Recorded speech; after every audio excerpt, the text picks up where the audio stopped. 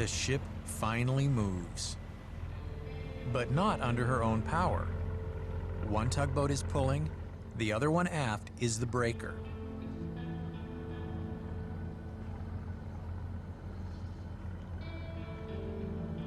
At first, everything goes smoothly. Then suddenly, the side of the ship slams into the side of the dry dock.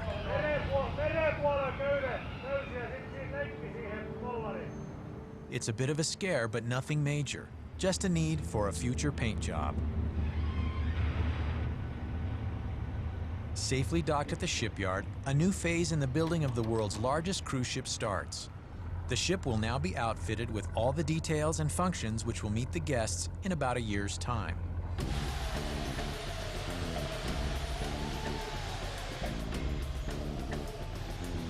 Everyone is very excited, and what a few years ago were dreams, visions, models, and drawings are now taking shape.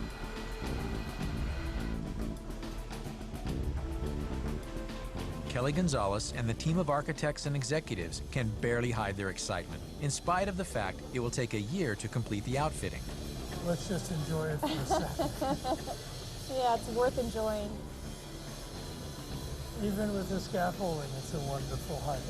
Makes you feel good, doesn't it? Yes, absolutely. Wow! This is going to be the money shot. So is this, so we have one mock-up inside here.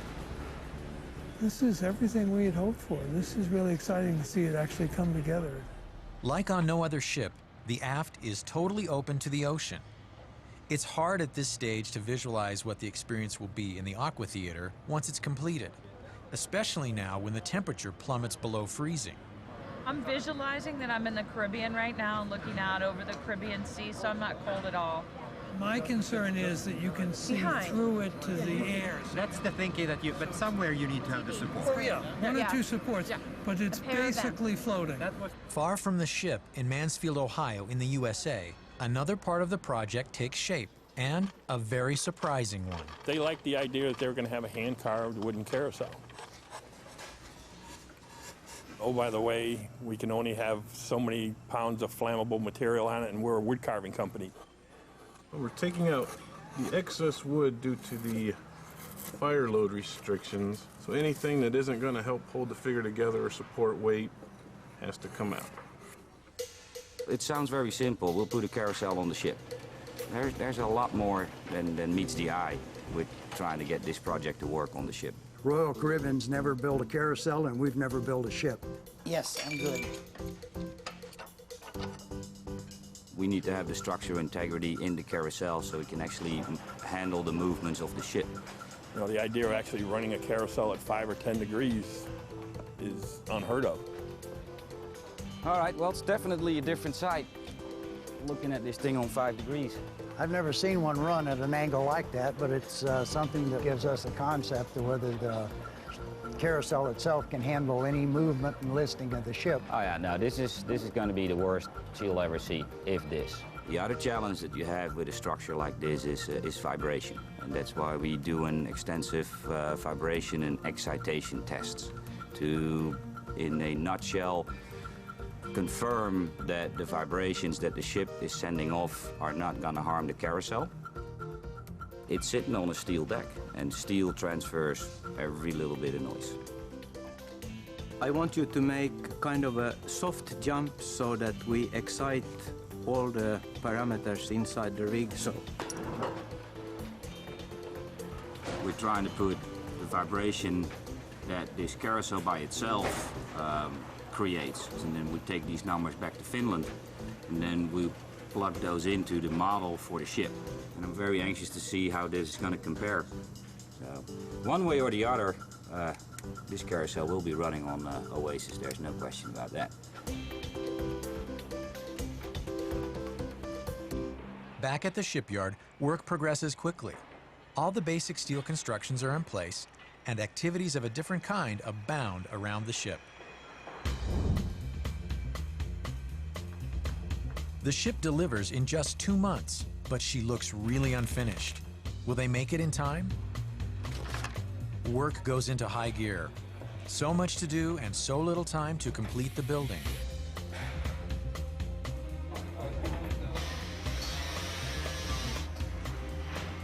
Aft, the biggest pool on any ship will soon be filled with all sorts of water shows. That includes high diving from 17 meters. A scary stunt, and someone has to be the first to try.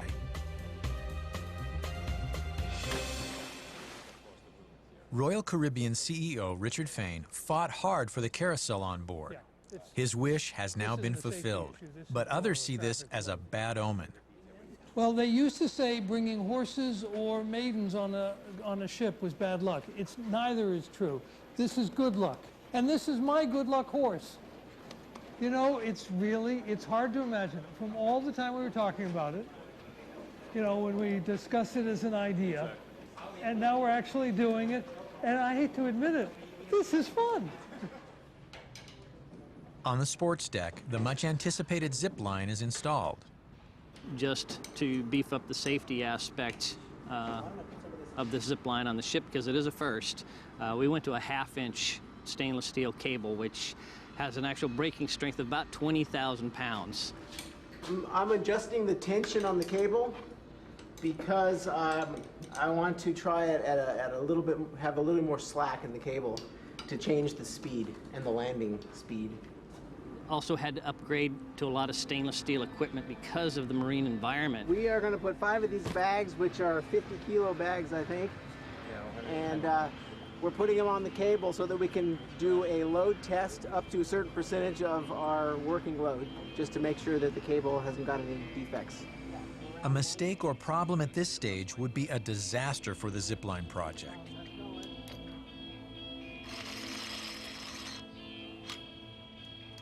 The 250-kilo test weight will tell them. All right, guys, are you ready down on the boardwalk? Boardwalk clear? All right, boardwalk's clear. Okay, guys, whenever you're ready, got the thumbs up. Let's go. Will it hold?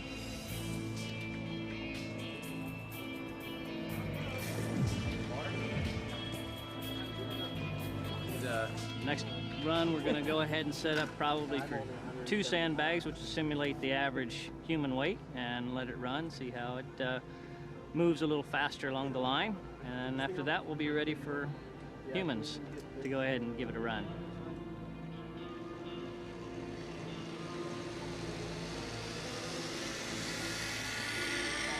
It's the first manned try, and we're adjusting the cable tension, so we don't know if it's set right yet, but we'll see.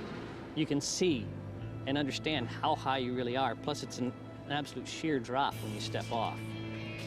Woo, it's a long way down.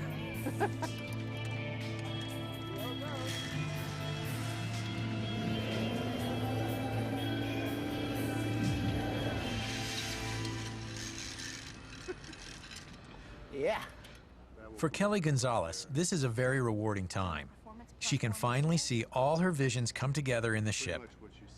I think I'm speaking for everybody when I say we're flying on cloud 9 right now, because this has been almost 6 years of long, hard work, and so everything that we've envisioned is really falling into place and, in many cases, exceeding our expectations. The crew arrives a few months before departure. They have lots to do to get the Oasis into ship shape. Beautiful, beautiful. The biggest ship in the planet. Part of the preparation means testing all the safety systems on board. Everyone has a role to play in making this the safest ship on the oceans. In the unlikely event something would happen, the cruising guests will use the gigantic rescue vessels. Unlike on other ships, rescue vessels are stored in a ready-to-launch position straight above the water.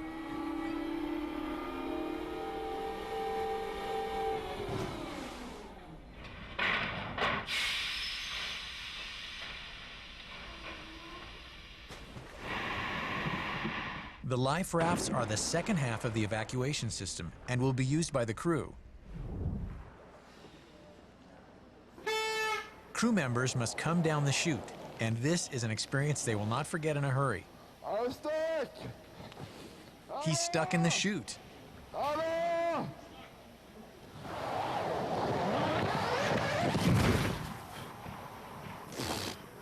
got stuck. You really have to push it. Yeah. That's right.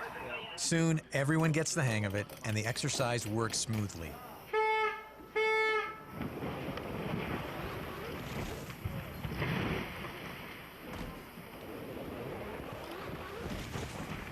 Oh, nice.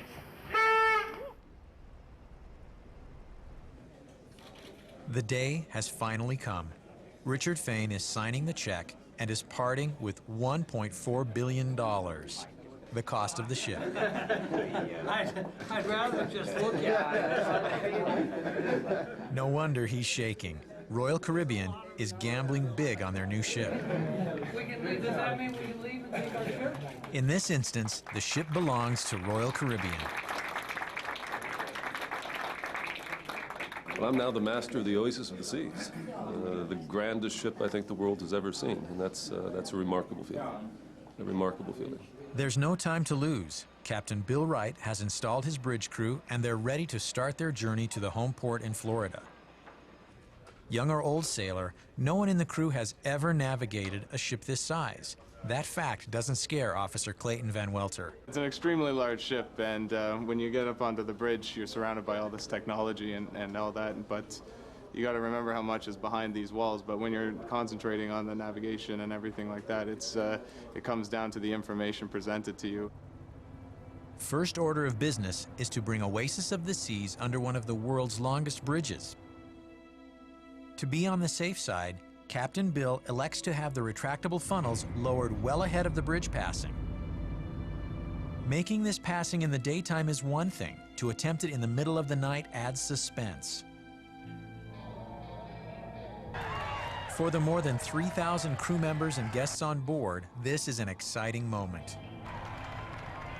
Even if the Danish pilot on board has sanctioned the passing, the authorities elect to stop all car and rail traffic on the bridge. Well, the interesting thing is the air draft of the Oasis, the height of the ship above the water, is 72 meters. The clearance of the Great Belt Bridge, 65 meters. We're going to be going under the bridge at 20 knots. And because the bottom is only going to be about 20 meters under the keel, you create basically a vacuum which pulls the ship down. So we're going to get about 30 centimeters more deep in the water because of this hydrodynamic effect called squat. To the naked eye, the margin looks frightfully small.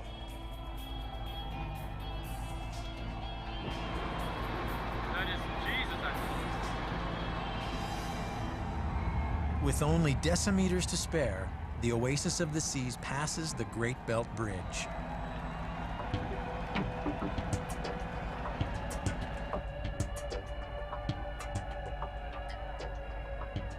On November 13, 2009, Oasis of the Seas arrives at Fort Lauderdale in Florida.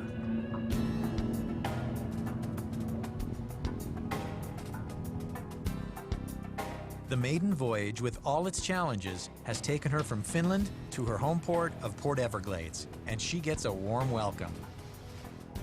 It's amazing. The weather could not be better. I mean, this is one of the best days I've seen in Fort Lauderdale, and I'm from Fort Lauderdale for a long, long time. And we have all of our crew up on deck with flags, and we can hear them here on the bridge. So we couldn't ask for a better day for bringing the Oasis of the Seas to her home port. Dwarfing the buildings along the canal, she makes a resounding impression on the thousands of people greeting her.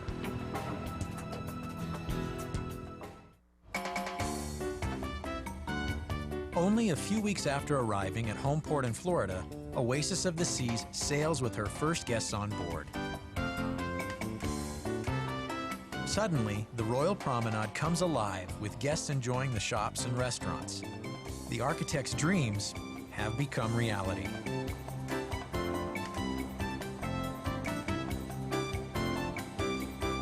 And for Captain Bill, life on board turns into a routine. Good afternoon, ladies and gentlemen. Captain Bill from the bridge on Sunday, January 10th, 2010 at 10 minutes after noon. Even if the number of people on board seems shockingly high to some people, all the amenities and areas quickly swallow the crowds. And everyone enjoys the rides.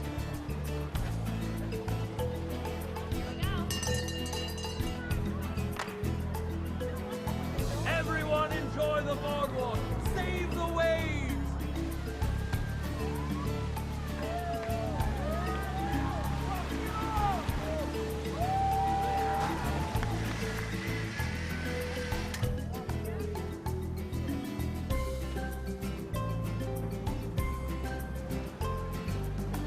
The solarium is a success. The wind tunnel test helped shape the area so it's airy and open, but still not windy.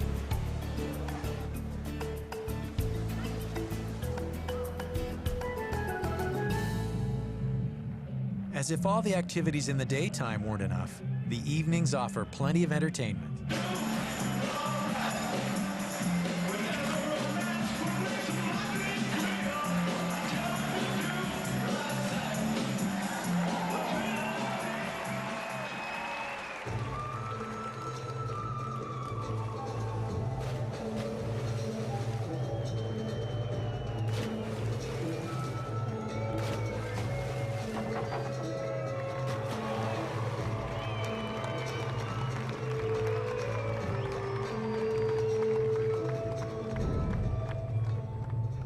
For Captain Bill, the job as the master of the Oasis of the Seas also includes the festivities of the Captain's Night.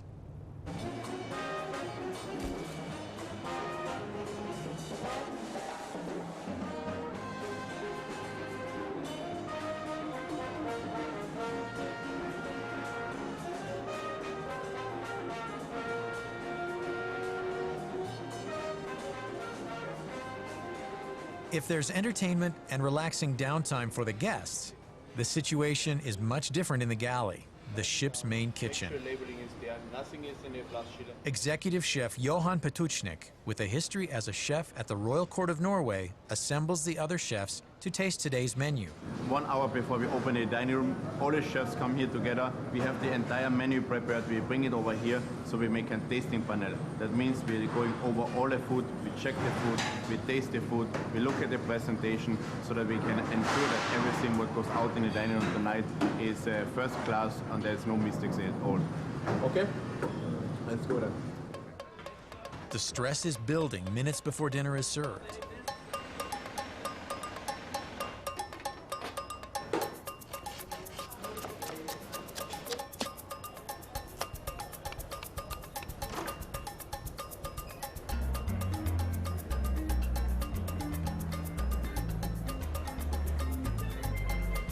Once the guests have arrived for the first seating, everything kicks into top gear.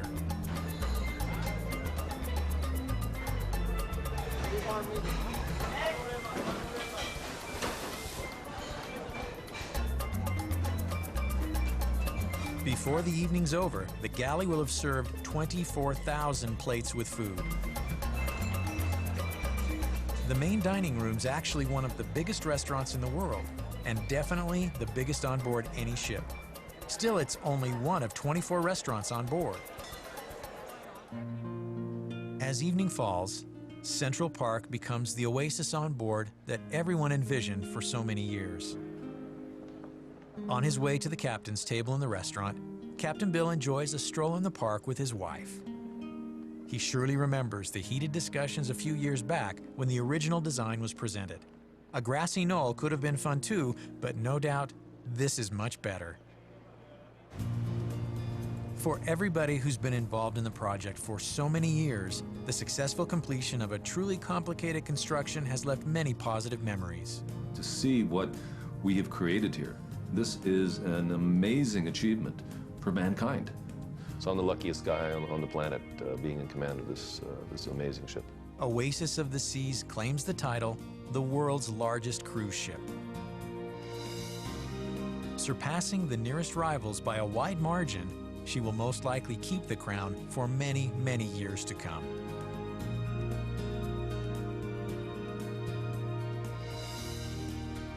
She's a mega structure of the seas, and some people say a larger cruise ship will never be built.